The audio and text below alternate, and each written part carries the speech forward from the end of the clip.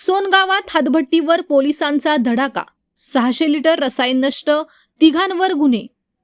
बारामती तालुका पोलिसांनी अवैध हातभट्टी दारू निर्मिती आणि विक्री विरोधात धडक मोहीम राबवत सोनगाव परिसरात मोठी कारवाई केली आहे। या कारवाईत तब्बल 600 लिटर हातभट्टी दारू निर्मितीसाठी वापरले जाणारे रसायन जप्त करण्यात आले असून 3 जणांविरुद्ध महाराष्ट्र दारूबंदी अधिनियमांतर्गत गुन्हे दाखल करण्यात आले आहेत।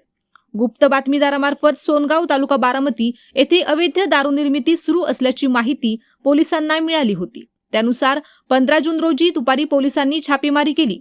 यावेळी करीना अनिकेत भोसले यांच्या घरामागील अड्ड्यावर छापा टाकला असता सुमारे 20,000 रुपये किमतीचे 200 लिटर हातभट्टी दारू तयार करण्यासाठीचे रसायन आढळून आले।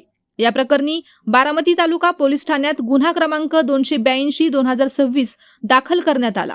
यानंतर संजीवनी मजनू भोसले यांच्या घराजवळील अड्ड्यावर टाकलेल्या छाप्यात सुमारे 40,000 रुपये किमतीचे 400 लिटर रसायन जप्त करण्यात आले।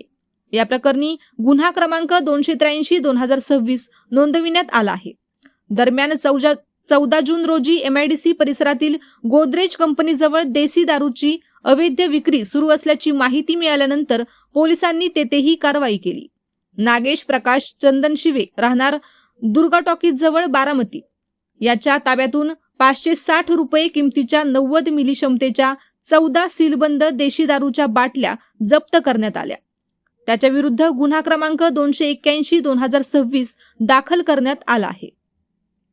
पुणे ग्रामीणचे पोलीस अधीक्षक संदीप गिल, अपर पोलीस अधीक्षक गणेश बिरादार, उपविभागीय पोलीस अधिकारी सुदर्शन राठोड आणि बारामती तालुका पोलीस ठाण्याचे पोलीस निरीक्षक नारायण पवार यांच्या मार्गदर्शनाखाली ही कारवाई करण्यात आली।